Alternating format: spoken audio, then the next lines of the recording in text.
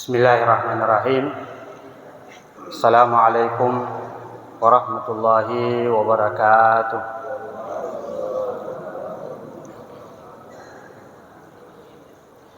Alhamdulillahirabbil alamin. Nahmaduhu wa nasta'inuhu wa nastahdi wa natubu ilaihi wa na'udzu billahi min syururi anfusina wa min sayyiati a'malina. May yahdihillahu fala mudilla lahu wa may yudlil fala hadiya lahu. أشهد أن لا إله إلا الله وحده لا شريك له وأشهد أن محمدا عبده ورسوله أما بعد. Jamaah salat subuh yang semoga senantiasa dirahmati oleh Allah Subhanahu wa taala, tidak henti-hentinya kita memuji dan bersyukur kepada Allah Tabaraka wa taala atas segala limpahan rahmatnya kepada kita semua, terutama di subuh hari ini. Dengan izin Allah, hidayah, inayah dari Allah, kita kembali bisa hadir untuk melaksanakan salat subuh secara berjamaah. Mudah-mudahan Allah Tabaraka wa Ta'ala mencurahkan rahmat keberkahan untuk kita semua di awal pagi hari ini.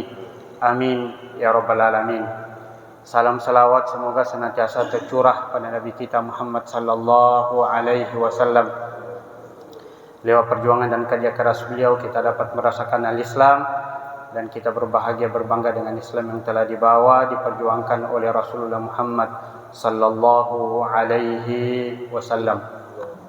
Jamaah salat subuh yang semoga dirahmati oleh Allah Subhanahu wa taala, kembali kami melanjutkan tadabbur singkat kita di surah-surah yang ada dalam Al-Quran. Dan untuk subuh hari ini kita masih berada di surah yang ke-36, yaitu surah Yasin, yang pernah kita baca 2 pekan kemarin. Jamaah salat subuh yang semoga dirahmati oleh Allah Subhanahu wa taala, tema yang kami angkat di subuh hari ini yaitu surah Yasin ayat 12, di mana Allah Subhanahu wa taala berfirman, a'udzubillahi minasyaitonirrajim, inna nahnu nuhyil mauta wa naktubu ma qaddamu wa atharahum wa kulla syai'in ahsaynahu fi imamin mubin.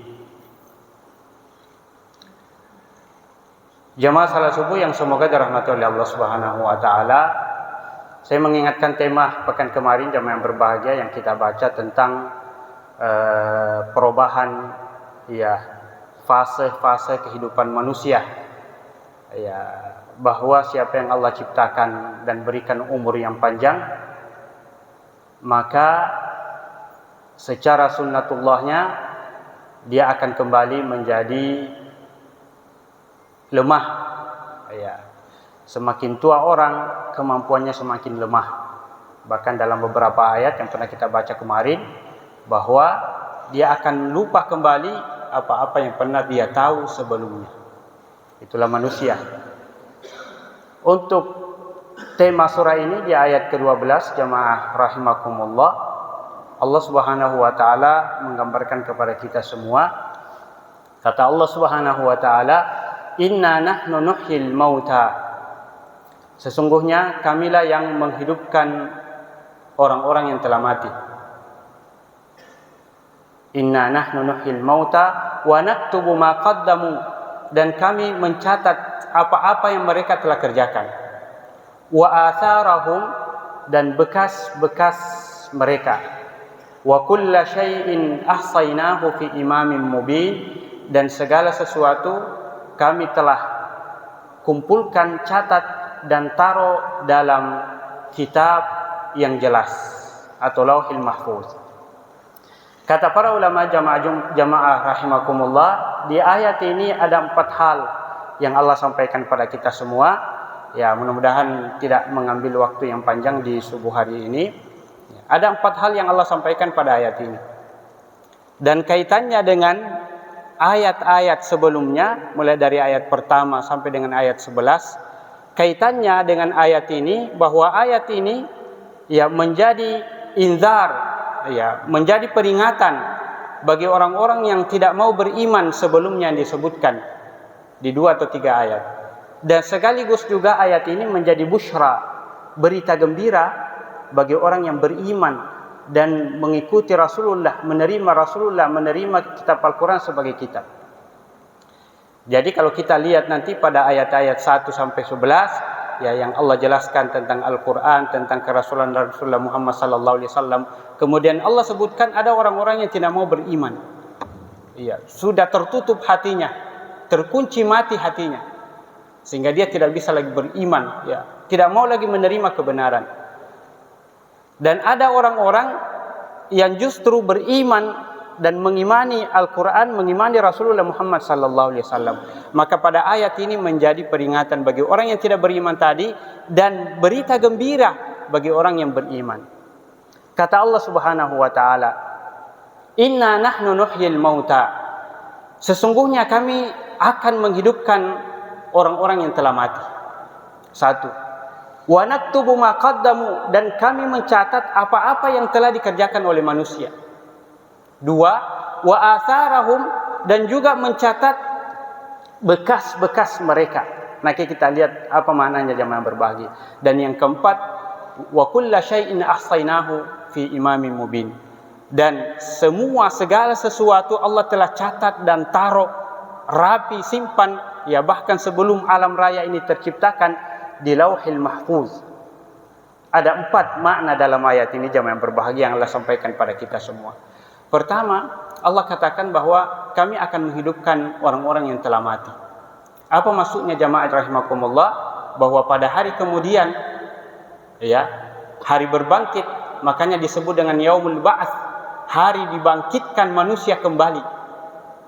Hari kiamat itu banyak. Hari kiamat, Yaumul Mahsyar, Yaumul Ba'tsi, Yaumuddin, Yaumul Hisab. Ya, kaitannya semua punya makna. Ya. Salah satunya adalah hari berbangkit, dibangkitkannya manusia kembali dari kuburannya. Dan itulah yang makna ayat tadi, bahwa sesungguhnya kami benar-benar akan menciptakan, membangkitkan manusia kembali. Inna nahnu nuhyil mauta. Ya, kenapa Allah Subhanahu wa taala jelaskan itu? Karena di ayat-ayat, ya, selain di ayat ini, di akhir-akhir surah ini juga disebutkan, ya, orang-orang Arab Quraisy ketika Rasulullah mengatakan bahwa ada hari kemudian, ada hari berbangkit, ada hari penghisaban, mereka mengatakan, wa daraba lana mathalan wa nasiya khalqahu qala may yuhyil idhama wa hiya ramim. Di akhir-akhir surah ini, orang-orang Arab Quraisy datang kepada Rasulullah membawa tulang-tulang yang sudah rapuh, ya, yang sudah rapuh, patah. Dia katakan, wahai Muhammad, apakah ada zat, apakah Tuhanmu mampu mengumpulkan, membangkitkan lagi tulang-tulang yang sudah seperti ini akan hidup kembali sebagaimana kamu katakan? Mereka menantang Rasulullah, ya, membawa batu, ya, membawa tulang belulang yang sudah rapuh, patah, ya. Saking tidak percayanya bahwa ada zat, ada Allah, Tuhannya Muhammad mampu membangkitkan manusia kembali untuk hidup, diberikan penghisaban. Sehingga dia katakan, dia bawa tulang-tulang itu dengan mengatakan, Muhammad, apakah Tuhanmu mampu menyatukan kembali tulang yang sudah rapuh, hancur, belulang ini untuk hidup kembali sebagaimana kamu katakan? Dan banyak lagi ayat yang menggambarkan betapa tidak percayanya. Iya. Maka pesannya ayat ini jemaah berbahagia, kita sebagai orang beriman, apa betul-betul yakin akan adanya hari berbangkit, adanya hari kemudian. Ya. Dan itu menjadi salah satu rukun keimanan kita. Ya, ada namanya hari kemudian, hari kiamat. Yang kedua di ayat ini, wa naktumu ma qaddamu, kami mencatat semua apa-apa. Ma dalam konteks bahasa Arab ini, ya, ma di sini adalah isim mausul yang maknanya adalah umum, apa saja, yang besar, yang kecil, yang baik, yang tidak baik, semua dicatat oleh Allah Subhanahu wa taala. Wa naktubu ma qaddamu. Ketika kita baca tafsiran para ulama, ya, mereka menjelaskan naktubu, ya, kami catat, kami tulis. Apakah Allah yang mencatat? Apakah Allah yang menulis? Ya, kata para ulama, yang mencatat itu adalah para malaikat atas perintah Allah Subhanahu wa taala. Dan itu banyak kita baca di dalam ayat-ayat. Allah punya malaikat-malaikat yang sudah diberikan tugas. Di antaranya adalah malaikat-malaikat yang mencatat kebaikan-kebaikan, keburukan-keburukan manusia yang manusia buat di dunia ini. Ya, maka ada disebut dengan suhuf, kitab ya manusia. Apa kata Allah Subhanahu wa taala? Kiraman katibin ya'lamuna ma taf'alun. Ya. Ada malaikat-malaikat yang senantiasa menjaga, menyertai manusia, yang selalu mencatat apa yang dilakukan, dikerjakan, diungkapkan oleh manusia tersebut. Kiraman katibina ya'lamuna ma taf'alun. Bahkan dikatakan dalam ayat lain, hafizina, mereka betul-betul menjaga amanah itu. Ya, tidak seperti kita yang disuruh catat ini, yang lain yang dicatat. Sekian disuruh dicatat, kita tambah atau kita kurangi, itulah manusia. Tapi malaikat tidak. Karena malaikat taat, patuh, salah satu sifatnya tunduk, patuh, tidak pernah melanggar perintah Allah Subhanahu wa taala. Maka jangan khawatir. Jangan kita takut akan malaikat yang mencatat kita. Jangan-jangan kita ragu. Saleh apa malaikat? Ya. Kiraman katibin. Kata Allah, wa inna alaikum lahafizin. Sesungguhnya pada kalian semua ada hafizin. Ya. Hafizin itu para malaikat yang mencatat tadi. Kata Allah, ma yalfidhu min qawlin illa ladaihi raqibun atid. Tidak terucap, tidak keluar satu kata, satu huruf dari mulut kita kecuali ada raqib dan atid yang menulis. Jadi, ya, pesan ayat ini mengatakan apa saja yang kalian lakukan di alam raya ini. Ya. Dan mak tadi besar, kecil, baik, buruk, semuanya tercatat, tertulis. Dan bukan sekedar ditulis, akan ditanyai pertanggungan jawab di hari kemudian. Itu maknanya jamaah rahimakumullah. Yang ketiga, ya, wa atharahum, dan bekas-bekas mereka. Kata para ulama, asar itu jamak dari kata asarun. Asaran itu bekas. Ya.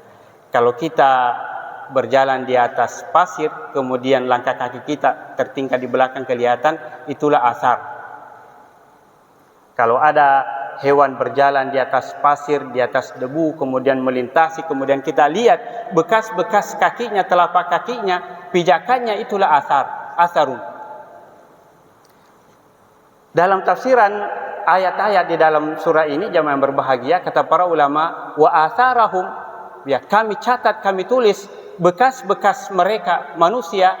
Ya, kata para ulama adalah satu, bahwa semua amal kebaikan manusia yang sifatnya jariyah, ya, sedekah jariyah. Kata Rasulullah SAW, idza mata ibnu adama inqata'a amaluhu illa min thalas. Kalau manusia sudah meninggal dunia, sudah hilanglah, terputuslah amalnya, ya, pekerjaannya, perbuatannya, kecuali tiga. Ya, di antaranya, ya, tiga tadi itu adalah sadaqatin jariyah, au ilmun yuntafa'u bihi, au waladin salih yad'u lahu. Dan semua tiga ini masuk pada kata para ulama asar. Ya.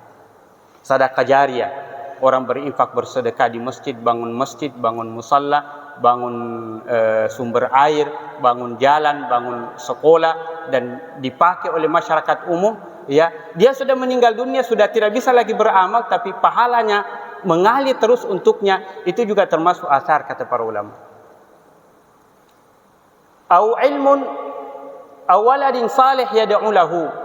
Anak kita, cucu kita yang dulu kita hidup, kita rawat dia, kita jaga dia, kita ajari hal-hal yang baik, kita berikan ilmu pengetahuan bermanfaat dunia dan akhiratnya, ya, lalu kemudian amalkan dia ilmunya, mengalir terus pahalanya, itulah asar. Dan Allah semua catat, tulis, akan berikan kepada kita. Itulah pentingnya jamaah Jumat, itulah pentingnya, ya, jamaah subuh rahimakumullah, niat dalam kehidupan ini. Ya.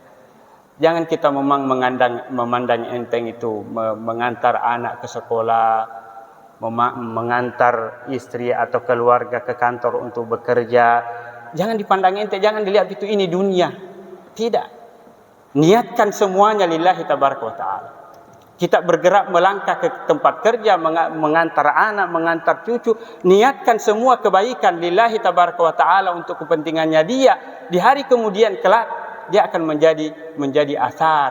Kita pernah mengantar anak itu lalu kemudian dia belajar, dia mencari ilmu pengetahuan dengan niat kita yang baik. Iya, mengantar ke sekolah, mengantar keluarga untuk bekerja dan seterusnya, semua bisa menjadi asar.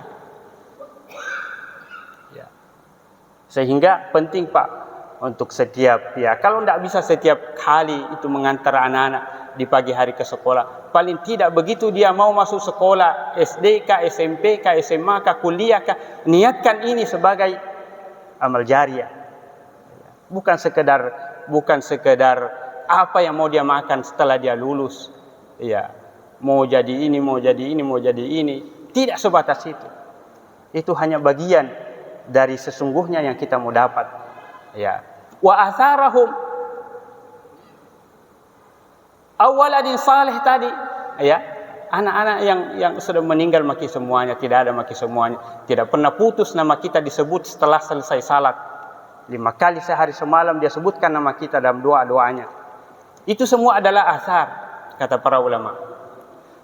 Dan semua yang kita pernah lakukan, kita menjadi sebab orang kemudian menjadi beriman. Pernah kita bangun masjid, sudah meninggal dunia kita, tidak bisa lagi kita bekerja, berusaha. Tapi setelah kita meninggal dunia, orang datang ke masjid itu, musalla itu, sekolah itu, belajar dia dapat hidayah dari belajarnya di masjid itu, maka itu juga menjadi asar. Ya. Kata para ulama, ya, sebagaimana disebutkan oleh Rasulullah, man dalla ala khairin, siapa menunjukkan sebuah kebaikan, menjadi perantara sebab kebaikan untuk orang lain, maka baginya pahalanya, ya, tanpa putus. Itu adalah asar. Yang kedua maknanya, jamaah rahimakumullah, ya, kata para ulama, dan itu juga disebutkan dalam hadis, asar adalah bekas langkah-langkah kita ke masjid. Itu juga dicatat dan menjadi saksi pada hari kemudian. Subhanallah. Dalam riwayat Pak, dan itu menjadi salah satu sebab turunnya ayat ini, ya. Bani Salamah yang tinggal di Madinah, Bani Salamah itu tinggalnya agak jauh dari masjid, di pinggiran kota Madinah, agak jauh dari masjid. Mereka datang kepada Rasulullah, wahai Rasulullah, bagaimana kalau kami mendekat ke masjidmu, ya, di sekitaran situ membangun rumah supaya kami bisa dekat ke masjid, supaya tidak berat. Ya, turun ayat ini. Lalu Rasulullah mengatakan tidak usah, jangan, ya, karena semua bekas-bekas langkah kakimu ke masjid itu menjadi catatan amal untukmu. Subhanallah. Ya, diriwayatkan dan hadisnya, ya, hadis sahih, jamaah rahimakumullah. Sehingga ada yang mengatakan ayat ini 2 kali turun di Mekah dengan Madinah. Ketika Rasulullah ditanya, ada sahabat kaum Ansar, terutama Bani Salamah mau pindah karena jauh rumahnya dari masjid, ya, turun kembali ayat ini mengingatkan, ya, sehingga Rasul mengatakan tidak usah. Karena perjuanganmu, pergerakanmu, langkah-langkahmu ke masjid menjadi asar, menjadi bekas-bekas yang akan menjadi saksi, ya, kebaikan-kebaikan yang Anda lakukan. Maka kata para ulama, semua bentuk ketaatan, semua bentuk bekas-bekas langkah-langkah kaki kita, tangan kita, pergerakan kita menuju kepada kebaikan-kebaikan ketaatan, itu adalah asar yang dicatat oleh Allah Subhanahu wa taala sebagai amal baik. Maka berbahagia kita sebenarnya, jemaah rahimakumullah, setiap datang ke masjid. Subhanallah, berapa langkah yang kita langkahkan, berapa putaran ban motor. Jangan terlalu memaknai ini langkah itu sehingga kita harus berjalan kaki. Kalau dari Kota Cane atau dari Kayu Agung Pak mau melangkah kaki ke sini, terlambat, ya. Langkah itu gambaran berapa langkah, berapa putaran ban motor itu sampai ke sini, itu menjadi asar. Jadi jangan kita terlalu pelit, Pak. Ya. Kadang-kadang itu mobil Pak, kalau sudah dicuci motor, disimpan, ditutup rapi, lalu kemudian berjalan kaki, lalu kemudian, ya, malas ke masjid, padahal ada kendaraan 5-6 terparkir di depan rumah. Jangan menjadi kikir kita ini. Jangan sampai apa yang kita punya itu justru menjadi saksi-saksi yang tidak baik.